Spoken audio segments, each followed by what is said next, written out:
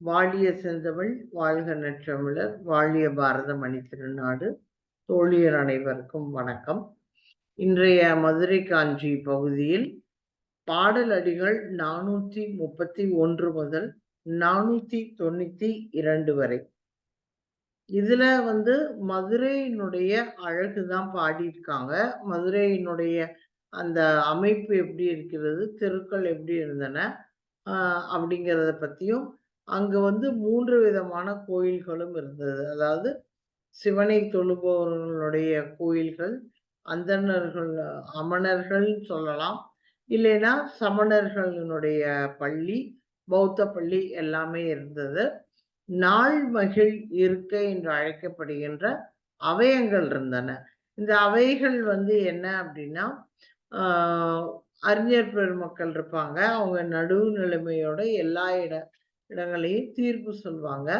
இந்த நாள் மகிழ் இருக்கையை காண்பதற்காக அரண்மனையில் இருக்கிற பெண்டீர்களும் வருவாங்க அப்படிங்கிற மாதிரியான தொகுப்பு தான் நம்ம அதுவும் இல்லாம இந்த ஊர்கள்ல காவல் படை வீரர்கள் எப்பொழுதுமே அவங்க வந்து வந்து போயிட்டு இருப்பாங்க அப்படிங்கிற மாதிரியான ஒரு ஓட்டத்தையும் இவங்க சொல்லியிருக்காங்க. இதனுடைய அந்த 60 அடிகளினுடைய பொருளை நான் 2, 3 இணையதளங்கள்ல இருந்து எடுத்து சில அடிகளை மட்டும் பேச்சு பேச்சு உரைக்கு ஏத்தாப்போல் மாற்றி நான் இப்போது அதை அப்படியே வாசிக்கிறேன். அதாவது ஒரு மாலை நேரத்துல ஆரம்பிக்குது. அந்த மாலையினுடைய ஒரு நிகழ்வு மட்டும். மாலையில என்ன நடக்குது அப்படிங்கிறத அவங்க சொல்றாங்க. வர்ணனைகள் ரொம்ப அழகாக இருக்கின்றன. அதாவது மாலை நேரத்துல இந்த வெயில் மறையும் நேரத்தில் கதிரவனுடைய அந்த செம்மை நிறம் எவ்வளவு சிவந்து காணப்படுமோ அப்படி ஒரு சிவப்பு வண்ண பூக்களை கொண்ட ஆடைகளை படை வீரர்கள் அணிந்திருக்கின்றனராம். இவர்கள் காலில் வெற்றிக்காக அணியப்பட்ட கழல் அணிந்து அணிந்து கால் காய்ப்பாகி அதில் தழும்பு ஏற்படும் அளவுக்கு அவர்களுடைய பாதங்கள் இருந்திருக்கின்றன.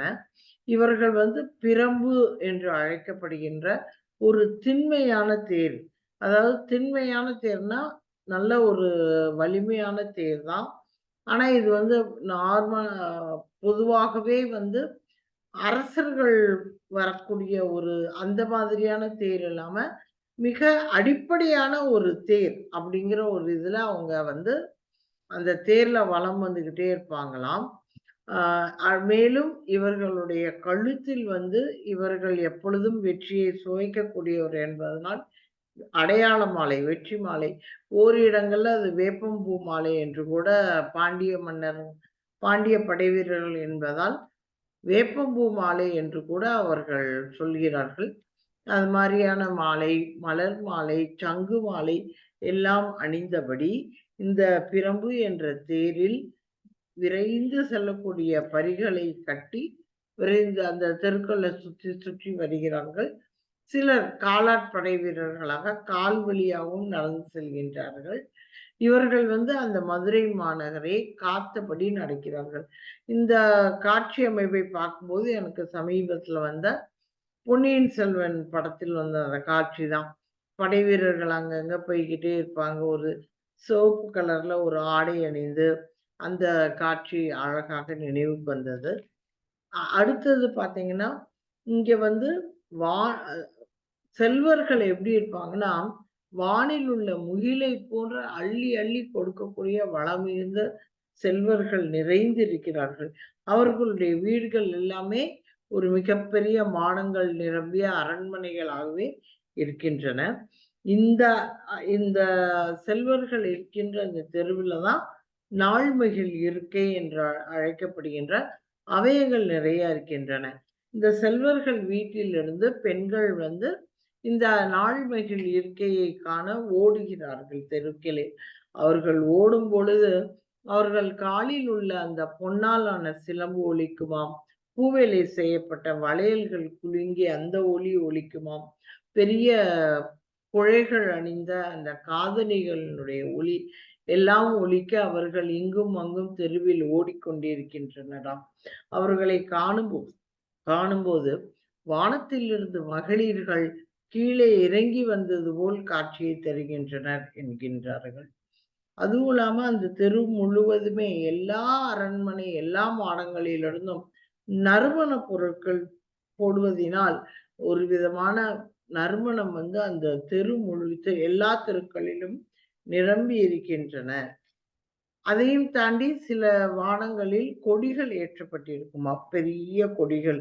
நீ வண்ண வண்ண கொடிகள்.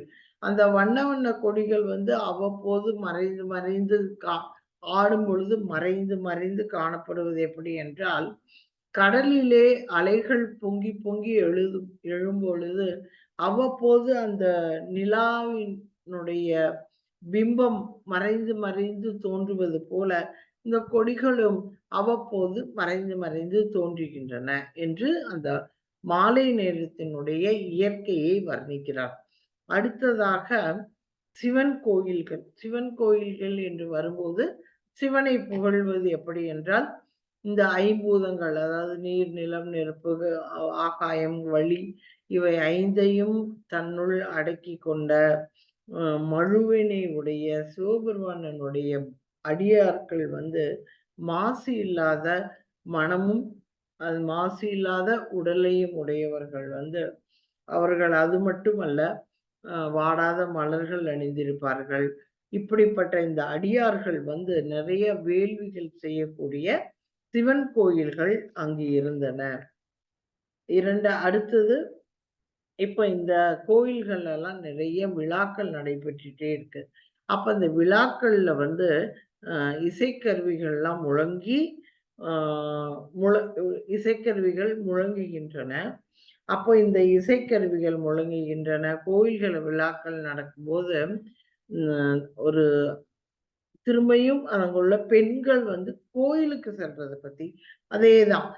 ஒரு அழகான ஒளிரும் நகைகளை அணிந்து, அவர்கள் கையில் வந்து ஒரு தாமரை பூ தண்டை போல கைக்குழந்தைகளை சுமந்தபடி, அ சிறிய குழந்தைகளை கட்டி தழுவியபடி அந்த தெருக்களில, அந்த கோயில்கள்ல சென்று வணங்குகின்றனர். இதை தவிர, அ பௌத்த பள்ளிகள் அங்க இருக்கின்றன. அந்த பௌத்த பள்ளிகளுக்கு சில பெண்கள் மலர்களையும், நறுமண பொருட்களையும் எடுத்து சென்றபடி இருக்கின்றார்கள். 3வதாக பார்த்தீங்கன்னா, இந்த மலை கோயில்கள், குகை கோயில்கள் சொல்றோம். அதெல்லாம் குடைந்து ஒரு கோயில் அமைக்கப்பட்டது சமண பள்ளிகள். இப்ப அந்த சமண பள்ளிகளும் அங்கு இருக்கின்றன. இந்த சமண பள்ளிகளில் வேதங்கள் ஓதுபவர்கள், கடுமையான விரதங்களை மேற்கொள்ளும் சமணர்கள் அங்கே வசித்து வருகின்றனர். இதெல்லாம் வந்து இந்த மதுரை மாநகரனுடைய எல்லா தெருக்களிலும் நீக்கமற இருக்கின்றன என்று ஆசிரியர் விளக்குகிறார். அடுத்தது அந்த நாள் மகிழ் இருக்கைங்கிற அந்த அவையை பார்த்தோம் இல்லையா? இந்த அவை வந்து எப்படி இருக்கு அப்படிங்கிறத பத்தி விவரிக்கிறாங்க. என்ன அப்படின்னா, இது சாதாரணமான பகல் நேரத்தில் அரசனினுடைய அரண்மனையிலோ, இல்ல ஒரு பிற செல்வர்களின் அரண்மனையிலோ இருக்கின்ற அவையாகும்.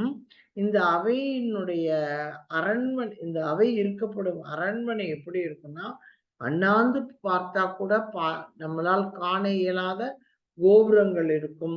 அங்கு இருக்கின்ற எல்லா அந்த சுவர்களில் எல்லாம் செஞ்சாந்து, அதாவது செம்பால் செய்யப்பட்ட ஒரு சுண்ணம் அடித்தாற்போல் செந்நிறத்தில் அந்த அரண்மனை சுவர்கள் காணப்படுகின்றன. அங்கே குளங்கள் இருக்கின்றன. குளங்களை சுற்றி அமைக்கப்பட்ட, அதாவது உரிப்பானைகள் எப்படி அடுக்கப்பட்டிருக்கும், அதுபோல கல்லால் குடைந்த சிற்பங்கள் அந்த அரண்மனையினுடைய மூலைகளிலோ, இல்ல குளங்களினுடைய மூலைகளிலோ அமைக்கப்பட்டிருக்கின்றன. இப்போ இந்த அரண்மனைகளில் இருக்கின்ற நிறைய அரியணைகள் இருக்கின்றன. இந்த அரியணைகளில் எப்பொழுதும் எந்த விதமான விருப்பும் வெறுப்பும் காட்டாத நேர்மையுடன் விளங்கக்கூடிய ஒரு நடுநிலையாளர்கள் அமர்ந்து தீர்ப்பு சொல்லும் வண்ணம், இல்லை வேறு ஏதேனும் செய்திகளை மக்களுக்கு பகிரும் வண்ணம் அங்கு அரியணைகள் இடப்பட்டிருக்கின்றன. இந்த அரியணைகள் முழுவதும் அறிஞர்கள் அமர்ந்திருக்கின்றனர். இந்த அவைகள் நடக்கும் இடத்தை காணவே இந்த செல்வ மாளிகையில் இருக்கின்ற மாதர்கள் குழந்தைகளுடன் வந்து இந்த அவைகளை கண் முழுவதும் நின்று கண்டு களிப்பார்களாம். இதுதான் அன்றைய மதுரையினுடைய மாலை நேரம் அப்படின்னு இந்த 60 அடிகள்ல ஆசிரியர் விளக்குகின்றார். மீண்டும் மதுரையை பற்றியே அவருடைய வர்ணனைகள் தொடர்கின்றன. மதுரையை பற்றியே அவர் வந்து விளக்குகிறார். அதை நாம் வரும் வாரங்களில் காண்போம். நன்றி.